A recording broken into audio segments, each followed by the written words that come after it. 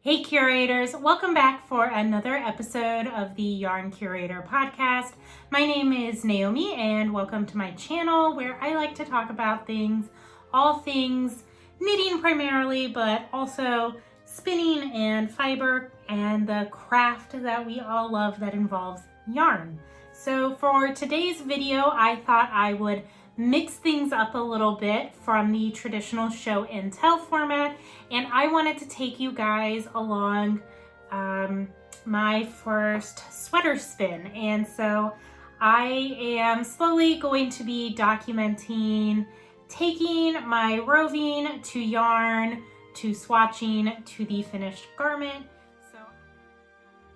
For this project, I elected to use John Arbon's Yarnadelic roving in a variety of colorways, which are Indigo Dust, Woman in Blue, Waltz, The Beautiful Ones, and Hey Moon.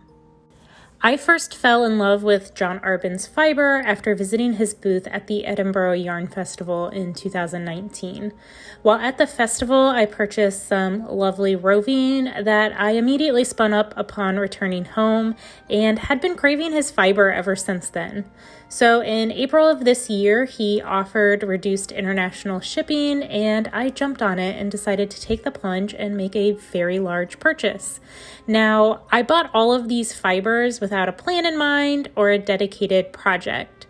So in May, when Caitlin Hunter published her new Jupiter crop pattern, I kind of clicked that this was the fiber for the perfect pattern. One of the things that I liked about matching this fiber to this pattern was that I would be able to use small amounts of fiber for each colorwork section. Perfect because I had only bought 100 grams of most of the colors. Now, luckily, I did purchase 200 grams of the main color, which is the Indigo Dust colorway, a beautiful blend of blacks, blues, and greens. So step one of this project was to sit down and evaluate the yardage requirements and figure out the minimum number of yards I would need to spin for each color. I did also initially plan out what colors I wanted to use for each aspect of the design, but like most knitting projects, ended up changing the order of all the colors once I started knitting. Using this information, I then looked at the yardage requirements for each size. For the main color, I would need roughly 520 yards without making any modifications to the pattern. Now, this is written as a crop top, and I usually like my tops a little bit longer than most designers call for with crop tops, so I always end up knitting them longer and knew I would probably need more yardage. Now, based on my knowledge of traditional machine milled yarn weights, a sport to DK weight yarn typically has between 240 to 270 yards per 100 grams. Therefore, if I spun a true sport weight, I should have just enough yardage for the main color of the sweater with minimal modifications. Now, this was not the most comforting knowledge to learn, and I waffled whether or not to purchase more of the main color fiber, but for the moment I said, it'll be all right, I'll try and make it work, and decided that I would wait till I finished spinning the main color to see if I needed to purchase more fiber. For the rest of the remaining colors in the garment, I knew I'd be just fine with 100 grams of fibers because the most I needed for a contrast color was around 160 yards, so I would be fine there. So with that settled, there was nothing left to do but start spinning. For all of these yarns, I chose to do a traditional worsted style spin using a combination of short forward draw and a modified long backwards draw. For those of you who are non-spinners and have no clue what I'm talking about, don't worry, I barely understand what I'm saying too. Like I said earlier, I'm a fairly new spinner and still learning and growing within this skill set. So one of the things about this fiber is that when it comes from the mill, you can see all the variations of color that go into creating the roving. Since I wanted a fairly blended and uniform color yarn, I chose to pre-draft the fiber pretty thoroughly. This had the added benefit of aiding in achieving a desired gauge of a sport weight yarn.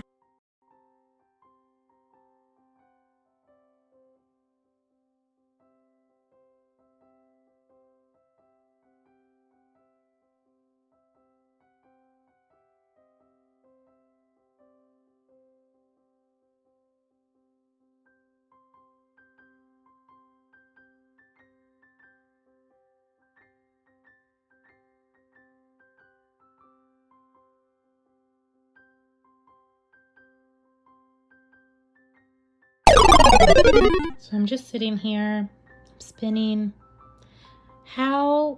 Why? How did this even happen? Look at this. So these are the footmen on my wheel. I have my fiber right here. I have a very messy bed because I've been filming and spinning. Why?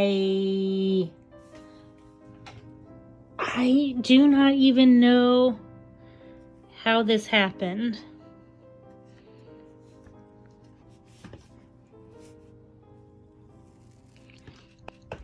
For any of my spinny friends, has this ever happened to you before? This is truly a first in years of spinning. Well, this draft fiber is going to be drafted. So that's out. That's good. I mean, there's still some fluff and stuff stuck in there, but I don't even know how that happened. Don't even know.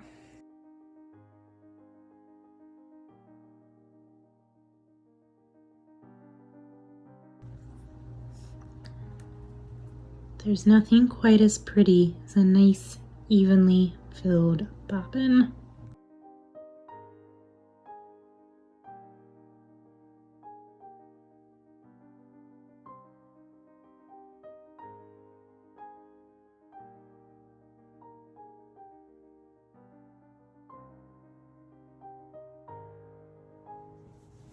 Hey everybody, I just thought I would pop in real quick to film a quick update. It is Saturday, the last Saturday in July, the 23rd, 4th, somewhere in there. But exciting news, I just finished spinning the last color. I just went ahead and spun all 100 grams of this color onto one bobbin, and I'm just gonna wind it off into 2 plying balls and ply those together.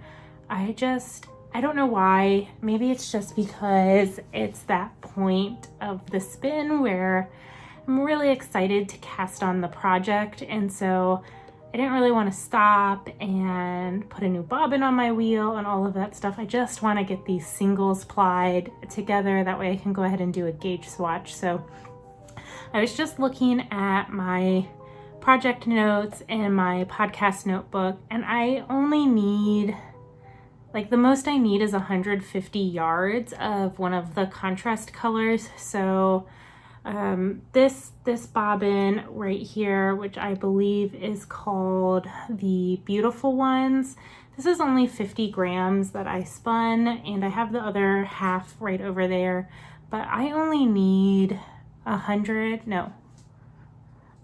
70 yards of this, so I should be able to get more than enough of that out of this bobbin. I spun 100 grams of this color, which is Waltz, and once again I'm just going to make 2 plying balls and then ply it together. Same with this one behind me. That way I can just free up the bobbins. I mean, I have enough bobbins to be able to do it without having to make the plying balls, but I don't know, I just didn't feel like fussing with my wheel for some reason. Like I said, I think I'm just ready to cast on, so I just kind of wanted to plow through spinning all of the singles, and I have to say this one is not very consistent. Same with this one here behind me, but I think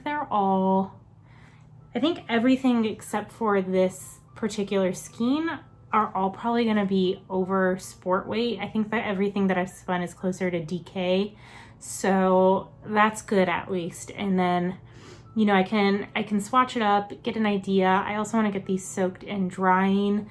The nice thing about it being summertime in Florida is that since it's so hot, I can hang my yarn to dry outside and it is dry in a few hours. I mean, even with the humidity, just the brutal power of the sun dries everything really fast. So yeah, I'm gonna get these all pulled off. Well, these two, this one I'm gonna let rest overnight and then I'll apply it tomorrow when I get home from work. But yeah, I'm really excited.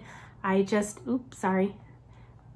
have this 50 grams left, and if I need more yarn, if I find I run out, I can always spin it up into more. Same with this purple and the blue and the indigo dust. I have plenty in reserve waiting to go, but I just want to get started. I'm itching. I'm itching to cast on something new. And yeah, I will check in with you guys soon. Bye.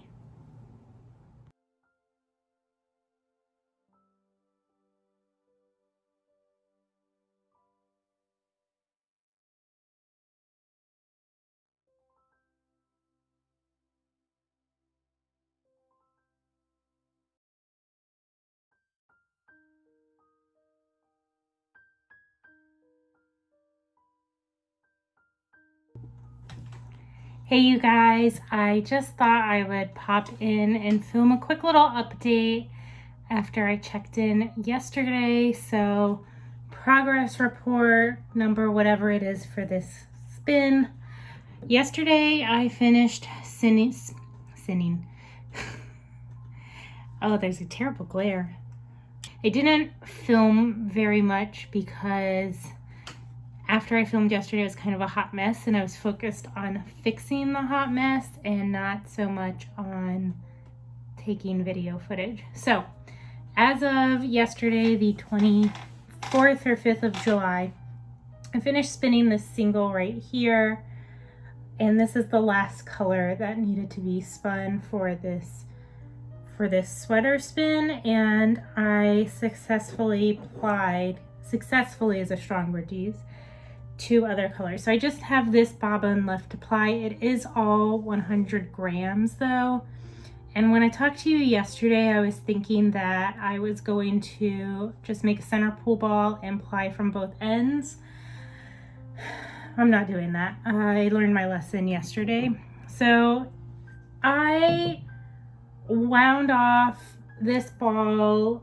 That was the first one I pulled off, and luckily, in hindsight, my single broke while I was pulling this off of the bobbin. And so I had 2 pretty evenly sized cakes. One was a little bit bigger than the other, but not too bad. So I just pulled from the 2 cakes, and then I did, when the, smaller cake ran out of yarn in the plying process, then I did make a center pull ball and ply them together. What I learned from this experiment yesterday, though, mostly through this bobbin, through trial and error, is that if you make a center pull ball and you're going to ply, from the 2 ends, at least this is what I think, the outside has a wider circumference than what's coming from the inside. So as you're pulling, you're getting more of a single as it winds off. It's getting a greater length than what is able to come out of the center pull. So they kind of come off the ball at inconsistent rates, which just made for a tangled mess. So yeah, luckily I don't have too much waste. This is what's, what I would consider waste out of that kind of creamy colored yarn. And then the purple is actually a little bit more, but not too bad. Yeah. So lots of yarn barf. It was a learning experience. I can say that much for it. and I'm glad I did it. Anyways, the nice thing is I can kind of get an idea for how thick my yarn's gonna be, and I do think everything that I've spun so far is a tad overweight for this pattern. The pattern's written for a sport weight. I definitely think I have spun DK weight yarn to a worsted, so I can either try and find a new pattern to make this work with, or I'm thinking I might just go down a size in the pattern, and you know, I would normally knit a large, maybe knit a small or a medium, since my gauge is going to be so much bigger, which might be better anyways, since I'm a little unsure of the yardage on the main color over there. So I'm going to wind these off the bobbin, see what I'm looking at in terms of yardage, and then I'm going to wind this off into words. I'm going to wind this off into a cake, and then either I'm going to stop halfway and then just ply from the cake in the bobbin, or I might spin some of this off onto another bobbin. I tend to overspin my singles though, because I know you lose some of that twist in the plying process, so I might not do that because I don't want to add too much extra twist in. I'll decide. I just don't want to repeat last night's like total and utter faff that I made of that yarn. Anyways, I just got home from work. I'm tired. I think I'm going to sit down and ply. That way I can wind everything off of the bobbins, take down notes on the yardage. Can you tell I'm tired? And pull out my control card and actually see if I can figure out what the wraps per inch and weight of all this yarn is.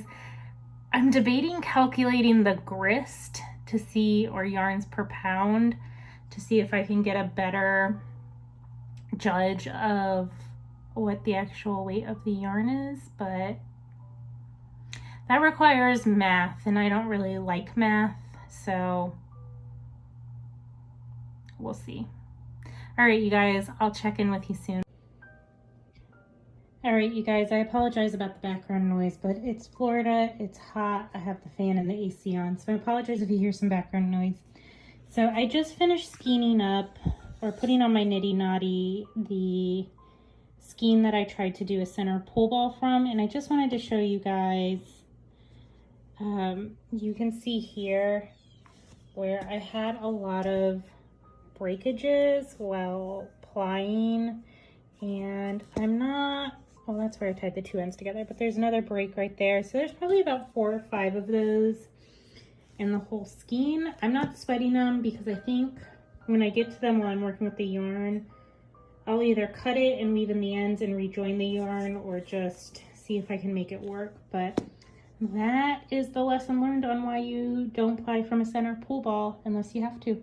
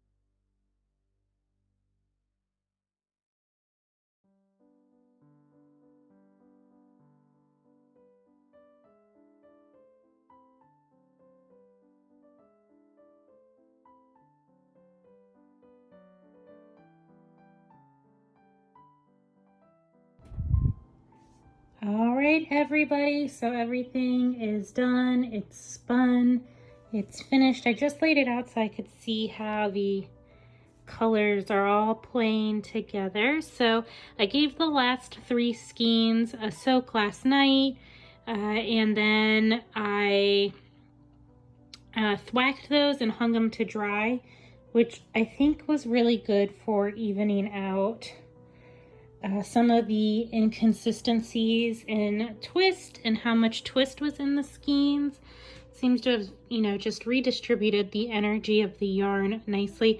Believe it or not, this was the first time I've actually thwacked my yarn. I normally just soak it and snap it between my arms, which is what I did with this right here. And you can see there's still some kind of overspun crinkly bits, which will probably affect my garment once I start knitting. So what I'm going to do is actually, these two colors, I did not do that thwacking on. So I think I'm going to just throw them back in the bath, hang them up to dry, and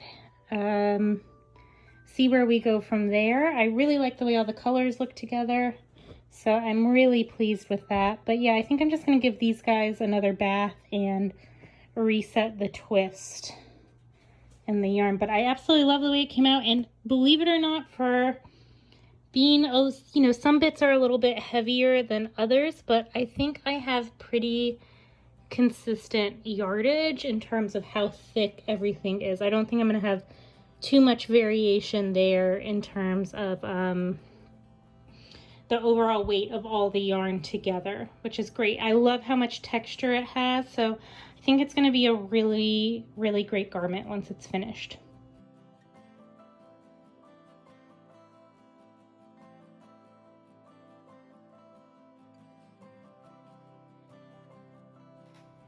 Hey you guys, I thought I would check in because I think I just finished spinning. I said I was going to get started this weekend after I re-soaked and set the twist in these 3 skeins, and I did that. And what I realized, because I decided to go ahead and thwack these, is I had weighted these 2 skeins originally when I set the twist, and what I was reading online was saying that once you re-wet the yarn, it almost reactivates the twist, and so weighting it doesn't necessarily do any good because it gives you a false sense of your yarn being evenly balanced. And so I was a little worried about it kind of curling back up on itself. You can see here where there's some mangled, you know, over twisted bits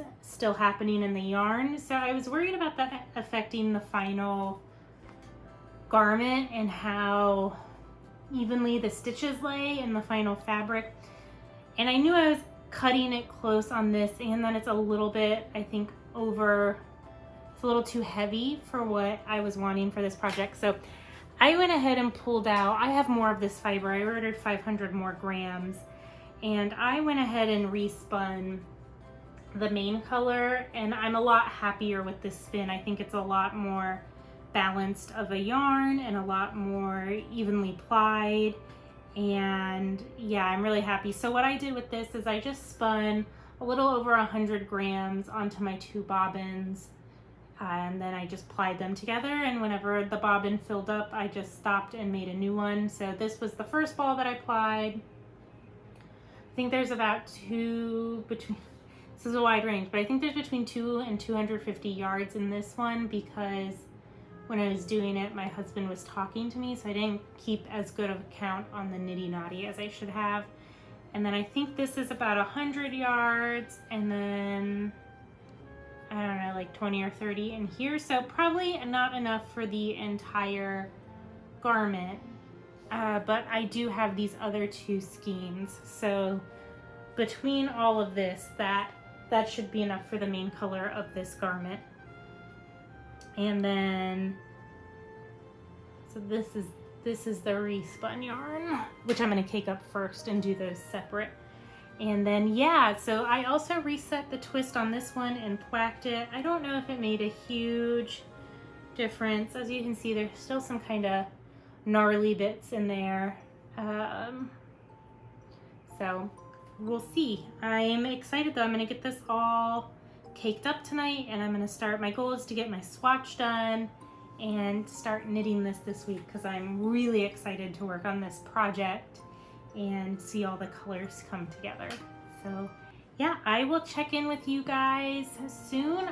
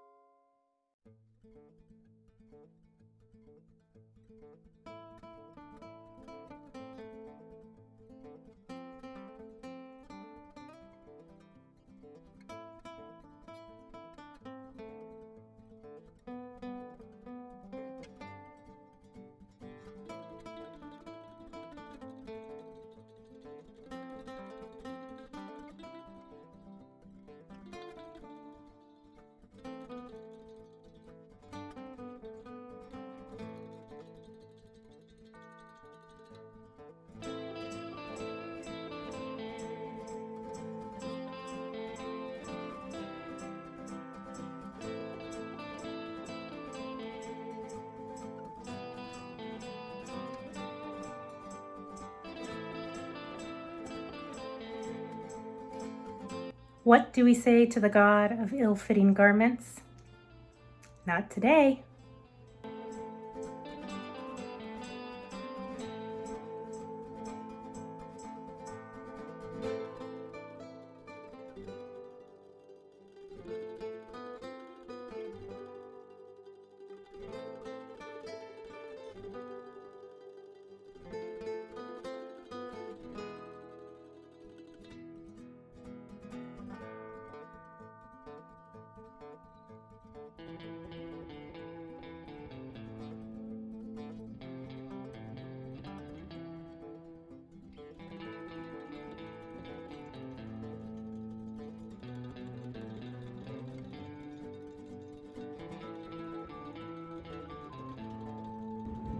Hey you guys, so exciting news. I just found out the body. Woo woo! So the best part is I now get to try this on and see how it fits. This might come as a shock to you guys, but I put a lot of faith in my swatches and I found I knit a lot faster if I'm not constantly trying on the garment and fiddling with stitches and stuff. So I'm gonna give this a try on. I'm a little nervous since I did not re-swatch at the new needle size I went to, so we shall see. And yeah, I can't wait to knit the sleeves and get this all blocked and shown to you guys. Bye!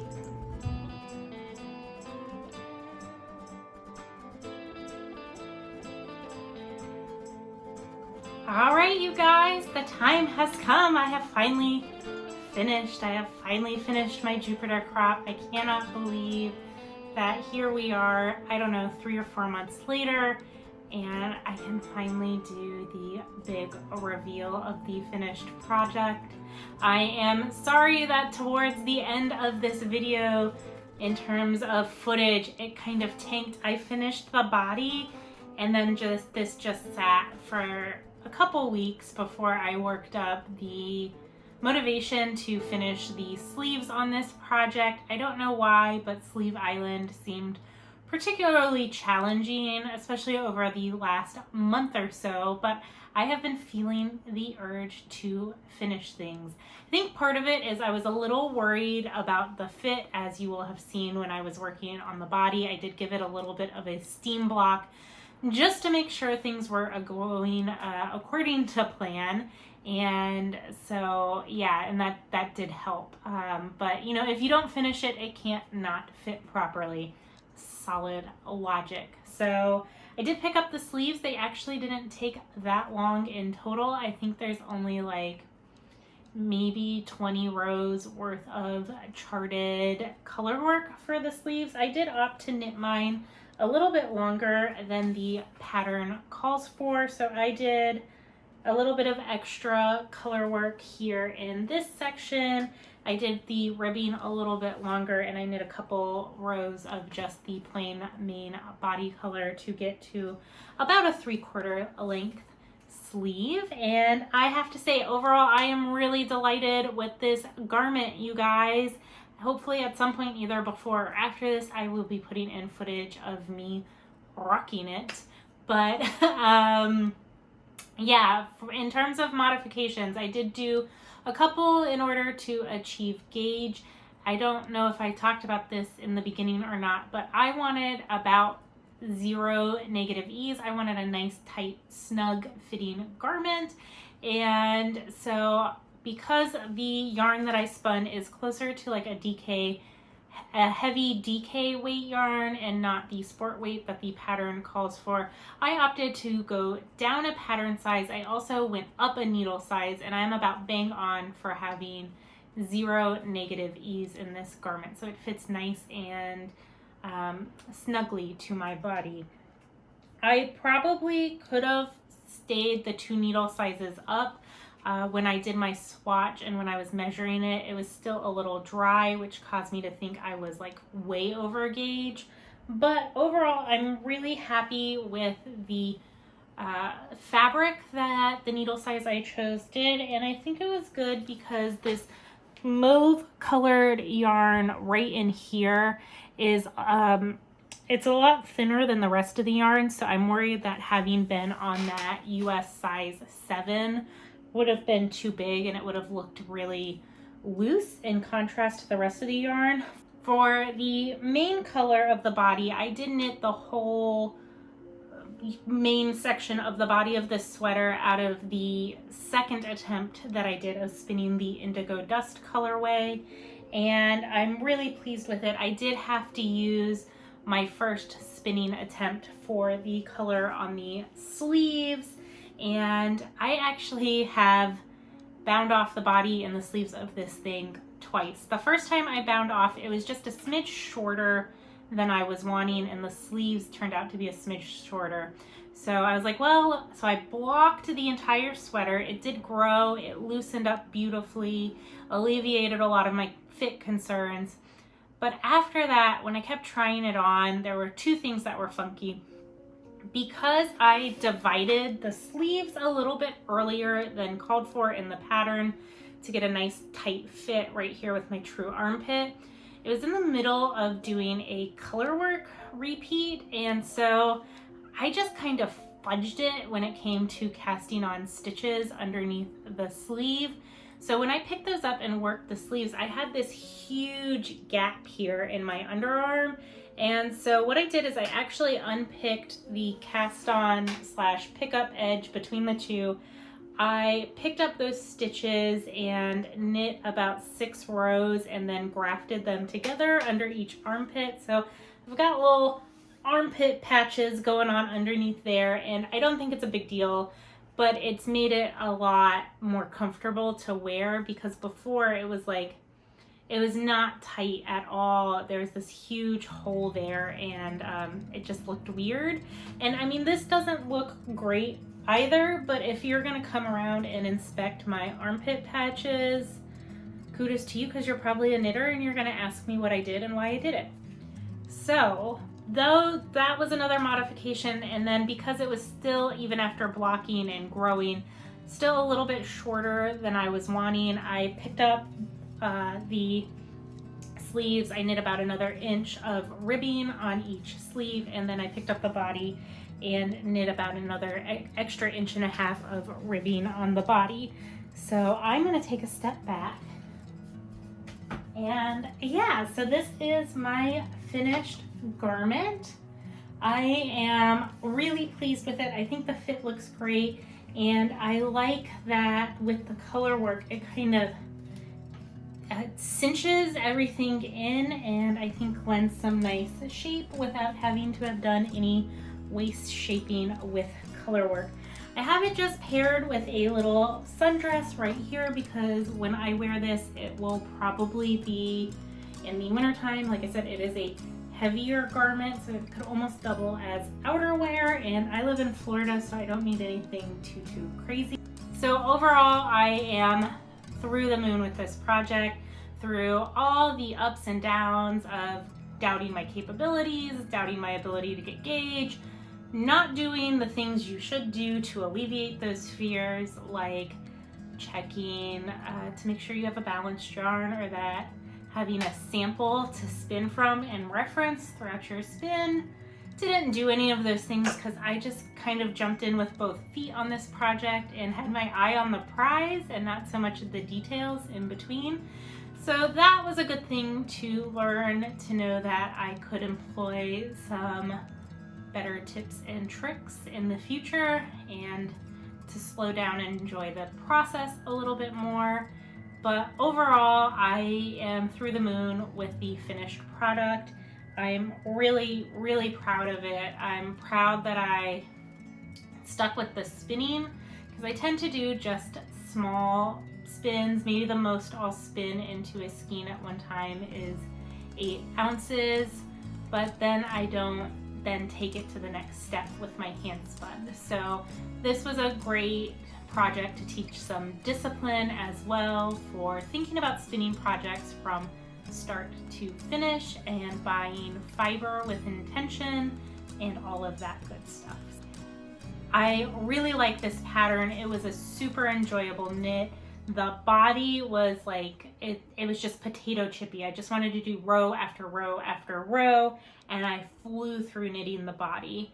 If you are thinking about doing this garment, it is a lot of fun, and yeah, I could not be more pleased. So I think with that, I'm gonna end this video with 1 or 2 outfit options on how I plan on styling this knit.